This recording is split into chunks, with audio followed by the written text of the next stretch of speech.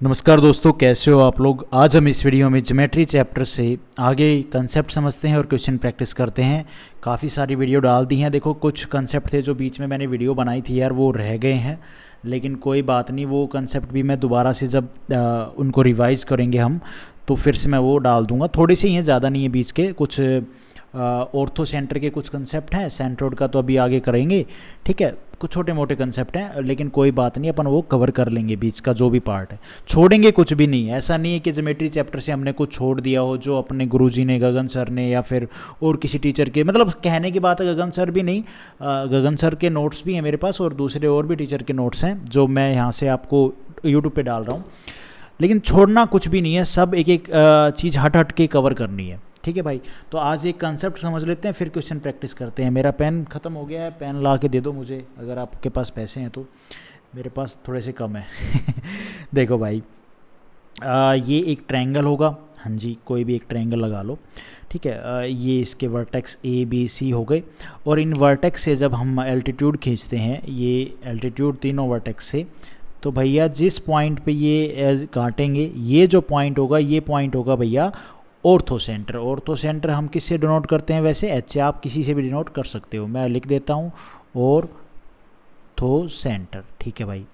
तो ortho centre ये 90 degree होगा भैया, ये 90 डिग्री होगा, ये 90 डिग्री होगा, राइट। हाँ जी। अब ये अगर आप देखो इस ट्रायंगल को, इस ट्रायंगल को, ये एच है ना, एच है। तो अगर आप इस ट्रायंगल को देखो, तो भाई कैसे क्या करें, वर्टिकली अपोजिट एंगल के हिसाब से, ये थीटा है तो ये भी थीटा होगा भाई इस ट्रायंगल में। ये 90 डिग्री है, ये 90 डिग्री है, तो ये क्या हो जाएगा, 90 डिग्री माइनस में थीटा, और ये भी 90 डिग्री माइनस में थीटा। ऐसे ही आप और बाकी हैं उनमें भी देख सकते हो, कर सकते हो, कोई दिक्कत वाली बात नहीं है। अब हमें ये पता है, जो ये हाइट है एच, ये जो हाइट है ए डी ई एफ, ठीक है। ए डी जो हाइट है, उसको जो ये ऑर्थो सेंटर है एच, ये दो टुकड़ों में बांट रहा है। हाँ जी, दो टुकड़े कर रहा है। तो यहाँ पे ये दो टुकड़े में कर रहा है। ये ट्रायंगल का ये थीटा है, तो ये थीटा होगा, ये 90 डिग्री, ये 90 डिग्री, 90 माइनस डिग्री, 90 माइनस में थीटा, ठीक है। तो तीनों कोण बराबर हो गए, तो ये ट्रायंगल सिमिलर हो गए। ऐसे ये बाकी जो ट्रायंगल हैं ये भी सिमिलर हो जाएंगे। हाँ जी, सिमिलर हो जाएंगे। तो यहाँ पे रिजल्ट क्या निकल के आया? रिजल्ट ये निकल के आया भाई, A H, where is A से लेके एच और एच से लेके डी गुणा में एच डी बराबर होगी, ये अपना बी है ना, बी से लेके एच, एच से लेके ई, ठीक है। बी एच इंटू में एच ई, और ये बराबर होगी सी से लेके एच, एच से लेके एफ।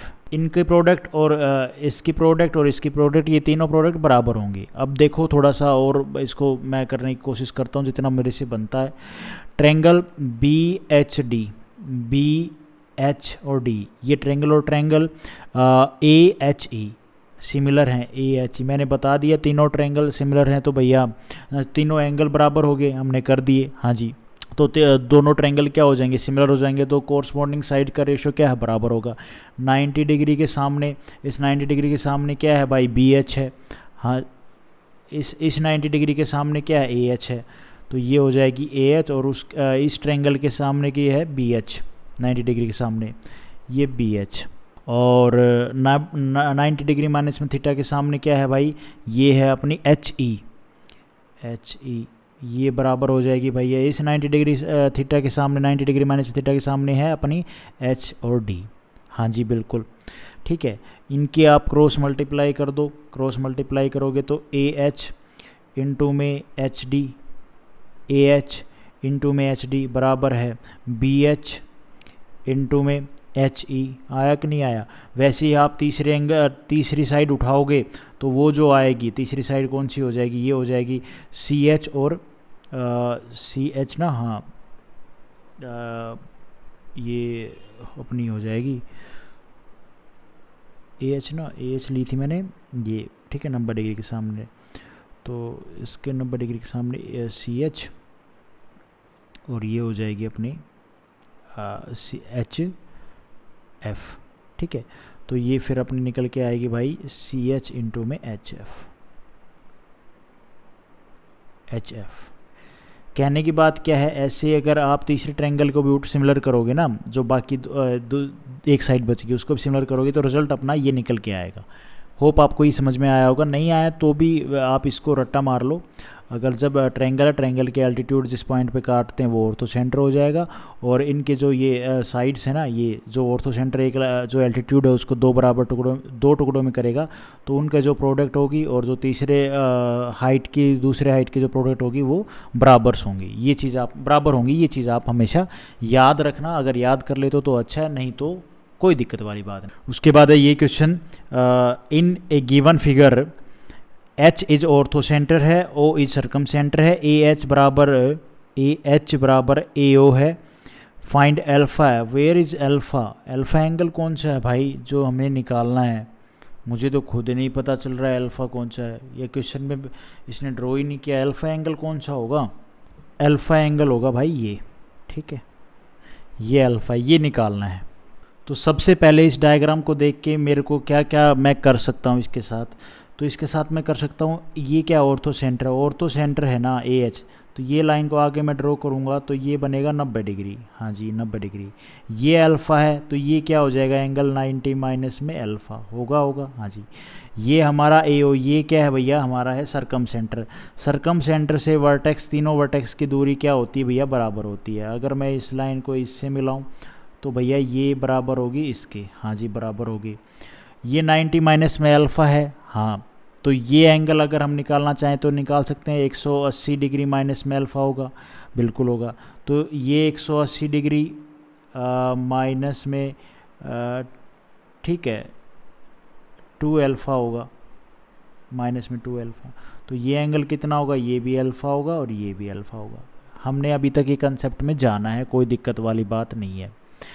यहाँ से ये अगर मैं एक्चुअली ये लाइन है ना, वर्टेक्स है ना, ये कुछ ऐसा होता है, ठीक है। ये देखो, ये एक्चुअली इसको मैं आगे बढ़ाऊंगा तो ये मिड पॉइंट बनेगा BC का, ठीक है, M जिसको मैं डिनोट कर रहा हूँ, क्योंकि ये मैंने अब यहाँ पे लाइन की, अगर मैं यहाँ से रहता ना तो ये क्या कुछ ऐसे और ये ऐसे जाती, तो ये सीधी लाइन यहाँ पे आती और ये 90 डिग्री आराम से दिखता। अभी थोड़ी सी लाइन को मैंने टेढ़ा करना पड़ा है, कभी अभी मत सोचो मैंने परपेंडिकुलर यहाँ से डाला है, नहीं, इसी को मैं आगे बढ़ाऊँगा तो ये क्या है, वर्टेक्स से जो सरकम सेंटर से लाइन गुजरेगी, ये क्या है, मिड पॉइंट होगा BC पे, तो ये 90 डिग्री हो गया, हाँ जी।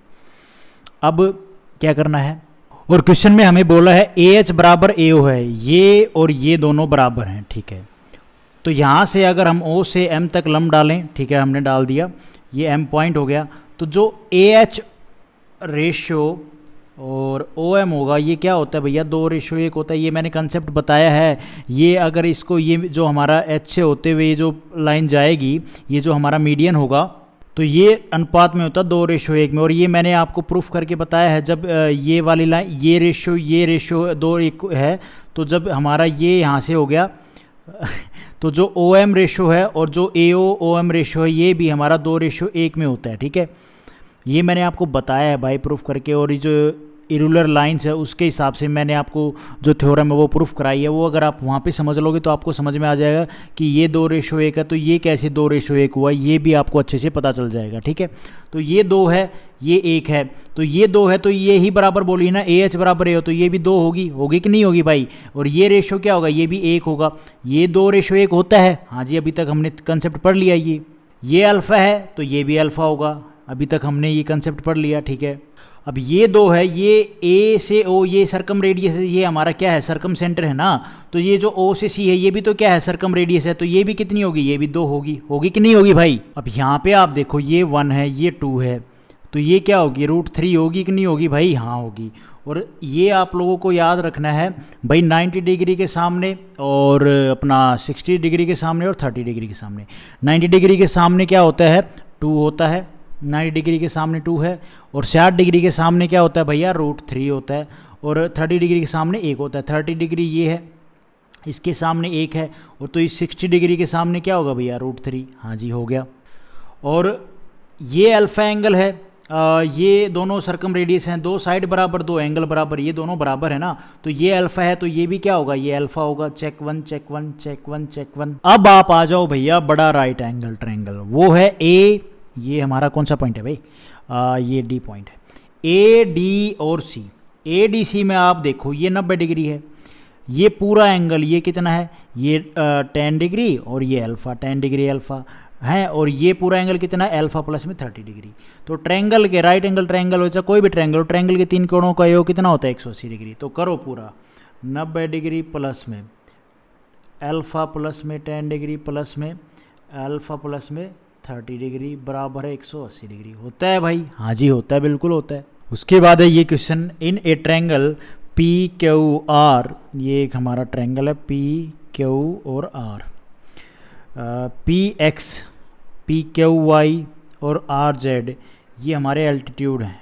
ठीक है, एल्टीट्यूड हैं तो एल्टीट्यूड क्या बनाते हैं भैया, एल्टीट्यूड जिस पॉइंट पे मिलते हैं वो क्या बनता है भैया, ये वो पॉइंट है, ये हमारा है पी एक्स, ये वाई क्यू वाई और ये हो गया जेड। तो आप ये बताओ ये क्या पॉइंट बनेगा, तो ये बनेगा अपना ऑर्थो सेंटर। ठीक है, वो हमारा क्या है ऑर्थो सेंटर है। ठीक है, और इनका जो अनुपात होता है वो 2:1 होता है। इफ़ पी ओ, पी से लेके ओ ये 6 है, पी एक्स पूरी पी एक्स हमें बोलिए 8 है और क्यू ओ हमारी 4 है, then what is the value of Q Y, Q Y की वैल्यू निकालनी है तो निकल जाएगी, इसमें क्या मंत्र पढ़ना है। ये 2:1 के रेशो में होती है, 2:1 बराबर है 3 और इसकी वैल्यू बोली है 4, 2 दूनी 4, ये 2 तो ये भी 2 2 3 6, गड़बड़ है कुछ, ऐसे तो नहीं होगा ये सोल्व। अब हमें अल्फ़ा निकालना है तो निकाल लो भाई। ये कितना है 40 और 90 में से 180 जाएगा, सॉरी 180 में से 90 जाएगा तो 90 बचेगा, 90 में से 40 जाएगा तो 2 अल्फ़ा कितना बचेगा भैया, 40 जाएगा तो ये बच जाएगा 90 में से 50, तो अल्फ़ा की वैल्यू आ गई 25 डिग्री। ये ही इस क्वेश्चन का आंसर होगा भाई, अल्फ़ा पूछा था, अल्फ़ा आ गया 25 डिग्री। सी ऑप्शन हमारा यहाँ पे ठीक हो जाएगा। उसके बाद है भाई ये क्वेश्चन। ठीक है, इस क्वेश्चन में क्या बोला है, in a triangle P Q R और पी एक्स क्यू वाई और आर जेड ये क्या है एल्टीट्यूड है, P X Q Y R Z. ठीक है, ये एल्टीट्यूड है, ये पॉइंट हो गया हमारा ओ, पी से लेके ओ हमारी 6 है और पी एक्स पूरी 8 है तो ये 6 है तो ये बाकी बचे कितनी 2, क्यू ओ हमारी 4 है और हमें पूरी क्यू वाई निकालनी है। ठीक है, तो देखो यार सीधा कंसेप्ट लगा दो इस पर, पी ओ इंटू में ओ एक्स बराबर होगी क्यू ओ इंटू में क्यू ओ वाई, ये बराबर होंगी। तो पी ओ तो हमारी 6 है, ये 2 है, 6 दूनी 12 और ये 4 है, तो यहाँ पे क्या वैल्यू पुट करें कि ये बराबर हो जाए, ये 12 हुई तो इधर भी 12 हो जाए, तो यहाँ पे 3 रखेंगे तो 4 यहाँ पे 3 रखेंगे तो 4 3 12 बराबर हो जाएगा। हाँ, तो ओ वाई की वैल्यू क्या रखनी पड़ेगी हमें 3, तो 4 3 12। तो ये कंसेप्ट है, कंसेप्ट के बेसिस पे भाई कभी ये सोचो ये बराबर कैसे कर ली, पीछे करवाया है मैंने स्टार्टिंग में ही। तो 12 12 होगी, ओ वाई की वैल्यू कितनी आ गई 3, तो क्यू वाई पूछा है, क्यू वाई कितना हो जाएगा 4 और 3 7, इस क्वेश्चन का आंसर बनेगा डी ऑप्शन हमारा यहाँ पे ठीक हो जाएगा। उसके बाद है ये क्वेश्चन, ट्रायंगल ए बी, अरे यार हद है, A B C D A D B E. ठीक है, ये 2 ही एल्टीट्यूड हैं क्या बस, चलो 2 से काम चला लेंगे, हमें क्या मतलब, जो दे रखा है उसी में काम करेंगे। Altitude on side B C A C respectively, O is an orthocentre, ये हमारा ऑर्थो सेंटर है। ए ओ से लेके ए ओ 9 है, ओ डी हमारी 2 है, ओ ई हमारी 3 है। लेंथ ए बी की लेंथ बतानी, ये लेंथ बतानी है। तो यहाँ पे देखो राइट एंगल ट्रायंगल का लफड़ा पड़ेगा। देखो क्या करना है, ए ओ इंटू में अपनी जो कंसेप्ट है वो लगा दो, ए ओ इंटू में ओ डी ये बराबर होगा बी ओ इंटू में ओ ई। ठीक है, तो ए ओ हमारा है 9, ओ डी है हमारा 2 और बी ओ हमें पता नहीं है निकालना है, इंटू में ओ ई है हमारा 3। ठीक है। तो 9 दूनी 18, तो यहाँ पे भी 18 लाने के लिए हमें 3 में क्या मल्टीप्लाई करनी पड़ेगी भैया, 6 3 18, 6 की मल्टीप्लाई करनी पड़ेगी, तब 18 बराबर होगा, ये दोनों साइड बराबर होंगी। तो बी ओ की वैल्यू कितनी आ गई, 6 आ गई भाई, जो हमने निकाली है। ठीक है जी, इतना हमें समझ में आ गया। अब हमें क्या करना है, हमें तो ए बी की लेंथ निकालनी है। ए बी की लेंथ निकालनी है तो सबसे पहले तो आप ये निकाल लोगे, फिर ये पूरी, तो ये आराम से आप बता दोगे राइट एंगल ट्रायंगल बनेगा। अब पहले ये राइट एंगल ट्रायंगल, क्योंकि 90 डिग्री है, राइट एंगल ट्रायंगल के हिसाब से ये 6 है, ये 2 है, तो ये कितनी हो जाएगी भैया, 6 से 36 और 36 माइनस में 2, मतलब माइनस में 4, 2 का स्क्वायर 4, तो ये हो जाएगा √32। ये √32 आ गई भाई, हाँ जी बिल्कुल आ गई। अरे पाइथागोरस पर में लगाई है, हाइपोटेनस पता है, परपेंडिकुलर पता है, तो बेस नहीं बता सकते, तो इसका स्क्वायर करो, इसका स्क्वायर करो, जो आए उनको इसमें से इसको माइनस करो, उसका रूट कर दो, वही किया है मैंने। ठीक है, ये √32 है, ये पूरी लेंथ होगी 9 और 2 11, समझ रहे हो आप। तो अब ये लेंथ निकालनी है, पाइथागोरस पर में से निकाल दो, क्या कोई दिक्कत थोड़ी ना भाई। ये अपना हो जाएगा, इसको अगर आप करोगे तो ये 11 का स्क्वायर और प्लस में ये तो बेस परपेंडिकुलर या हाइपोटेनस निकालनी है, तो 11 का स्क्वायर प्लस में √32 का स्क्वायर कर दो, और इधर है भैया ए बी का स्क्वायर, तो इसको कट जाएगा। √11 का स्क्वायर क्या होता है, 144 प्लस में 32, तो 144 प्लस में 32 कितना हो जाएगा, 140, ये 12 का होता है, 11 का स्क्वायर 121 होता है। देखो यही तो गड़बड़ होती है फ्लो में, 11 का स्क्वायर होता है 121 और 12 का स्क्वायर 144 होता है, मैं 12 लेके चल रहा हूँ, कोई बात नहीं। ये हो जाएगा भाई 3 और 5 और 1। अब ये ए बी की निकालनी है, तो स्क्वायर है, स्क्वायर उधर जाएगा तो रूट हो जाएगा 153, √153 इस क्वेश्चन का आंसर बनेगा। सी ऑप्शन हमारा यहाँ पे ठीक हो जाएगा। उसके बाद है भाई ये क्वेश्चन इन्हें triangle length of 2 altitude are 12 15 respectively find the sum of all possible integer value of third altitude. देखो इससे पहले ना एक कंसेप्ट है, छोटा सा ही है बिल्कुल माइन्यूट सा, वो देख लो, इसी से रिलेटेड, इसी क्वेश्चन से रिलेटेड।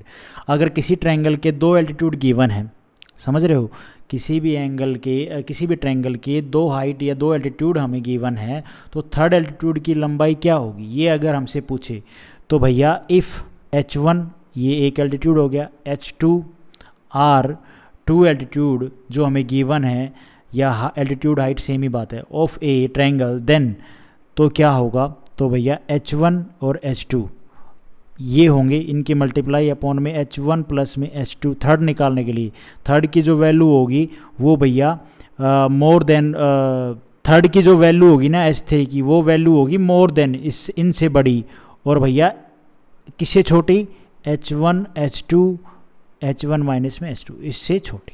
ठीक है, ये कंसेप्ट आप ध्यान रख लो, इसी कंसेप्ट पे ये क्वेश्चन है, अभी करा के दिखाता हूँ। अब ये कंसेप्ट लगा दो, देखो if triangle 2 altitude are given 12 और 15, तो एक H1 की हाइट 12 है, H2 15 है। ठीक है, तो 12 गुणा में 15, ठीक है, और थर्ड जो सम ऑफ ऑल पॉसिबल इंटीजर, जो थर्ड जो एल्टीट्यूड है उसकी हाइट निकाल के फिर प्लस करना है। ठीक है, पॉसिबल वैल्यू निकालनी, मतलब कितनी होंगी, तो ये हो जाएगा H1 H2 प्लस में कर दो 12 प्लस में 15, और ये होगी भैया लेस देन H3, और इसकी वैल्यू होगी H1 H2 12 गुणा में 15 अपॉन में ये हो जाएगा भाई H2 माइनस में H1। ठीक है, यहाँ पे H2 कर लो, मतलब बड़ी में से छोटी घटाना, सीधी सी बात है। तो ये आ जाएगा कितना, 12 माइनस में 15 माइनस में 12 3, तो इसके आप मल्टीप्लाई करोगे तो 12 5 ये 15 है ना, तो ये 15 आएगा यहाँ पे, तो 15। तो अब आपने इसकी मल्टीप्लाई करनी है भाई, ये 12 और ये हो जाएगा 27, 12 गुणा में 15 अपॉन में 27, और H3 ये हो जाएगा 12 गुणा में 15 अपॉन में 3। ठीक है, तो 3 5 15, 12 5 60, ये तो हो गई 60 H3, और 3 से अगर आप इसको काटना चाहो काट लो भाई, 3 चौक 12, 3 नीम 27, 3 3 9, 3 5 15, 5 चौक 20, 20 को 3 से आपने डिवाइड करना, 3 6 18, और बचेगा 3 6 18, ऐसे 3 6 18 कटता चलेगा, तो ये आ जाएगी 6.66। ठीक है, अब अपनी H3 की वैल्यू निकालनी है, मतलब 6 से बड़ा इंटीजर क्या होगा, सीधी सी बात है 7 होगा। फिर 8 होगा, फिर 9 होगा, फिर 10 होगा, 60 तक जाना है हमने। ऐसे करके 60 से पहले वाला इंटीजर कौन सा है 59। ये सारे इंटीजर होंगे भैया हमारे, जो 6 से बड़े होंगे और 60 से छोटे होंगे, जो इतने इनके बीच में h3 की वैल्यू हो सकती है कोई भी। लेकिन ये h3 की वैल्यू कोई भी हो सकती है, हमसे पूछा ये नहीं है h3 की पक्की वैल्यू बताओ, ऑल पॉसिबल इंटीजर पूछे। तो ये भी नंबर ऑफ इंटीजर बताने हमने कितने होंगे। तो टोटल पॉसिबल वैल्यू कितनी है भैया 59, और मिनिमम कितनी है 7। सबसे छोटी मतलब बड़ी जो है ये 15, लास्ट वैल्यू कितनी है 59, फर्स्ट वैल्यू 7, इसमें ये माइनस करोगे आ जाएगा 53। ठीक है, अब हमें यहाँ पे नंबर ऑफ पॉसिबल इंटीजर निकालने का फॉर्मूला आप लोगों को अगर सिंप्लीफिकेशन नंबर सिस्टम में पढ़ा होगा तो आपको ध्यान होगा भाई, 53 अपॉन में 2 गुणा में 7 प्लस में 59, 53 अपॉन में 2 59, ये हो जाएगा 66, इस 2 से काट दो 7। अब इनकी मल्टीप्लाई कर दो भाई, 1749 इस क्वेश्चन का आंसर होगा। Number of integer, possible number of integer, तो यहाँ पे 1749 बी ऑप्शन हमारा यहाँ पे ठीक हो जाएगा। ठीक है, उसके बाद है ये question, what is the distance between orthocentre H, circumcentre C, बीच में G होता है सेंट्रोइड। ठीक है, ओके, और of triangle whose side measure, एक ट्रायंगल है उसकी जो साइड है वो 12, 35, 37। ये एक राइट एंगल ट्रायंगल नहीं बनेगा, चलो कोई बात नहीं, हमें क्या करना राइट एंगल ट्रायंगल का कुछ भी हो। ये ऑर्थो सेंटर H और ये हमारा सरकम सेंटर। ठीक है, तो इनके बीच की दूरी माने सरकम रेडियस भाई, और क्या होगी, दूरी माने क्या होगी सरकम रेडियस। ठीक है, राइट एंगल ट्रायंगल, हाँ राइट एंगल ट्रायंगल, ये 12, 35, 37 है, आपको एक राइट एंगल ट्रायंगल नहीं बन रहा है। तो राइट एंगल ट्रायंगल में अगर आप ऑर्थो सेंटर देखो तो ये हमारा अगर ऑर्थो सेंटर है, ठीक है, तो ये हमारा हो जाएगा सरकम सेंटर। देखो भाई सीधी सी बात है, जो 12, 35, 37 है वो एक क्या है ट्रिपलेट है, ट्रिपलेट माने राइट एंगल ट्रायंगल। और इसने पूछा है कि ऑर्थो सेंटर और सरकम सेंटर की दूरी, ऑर्थो सेंटर और सरकम सेंटर की दूरी कितनी होगी। तो भैया सीधी सी बात है, ऑर्थो सेंटर और सरकम सेंटर की दूरी माने h/2, मतलब हाइपोटेनस का आधा 37। भाई ये क्या है 12, 35, 37, तो हाइपोटेनस क्या है 37 का आधा कितना हो जाएगा 18/18, सही 18.5। इस क्वेश्चन का आंसर बनेगा सी ऑप्शन हमारा यहाँ पे ठीक हो जाएगा। तो आज हम इस वीडियो में गाइस इतने क्वेश्चन करते हैं। Thank you so much. Video आपको ठीक लगी तो लाइक करना, चैनल पे नए हो तो सब्सक्राइब करना।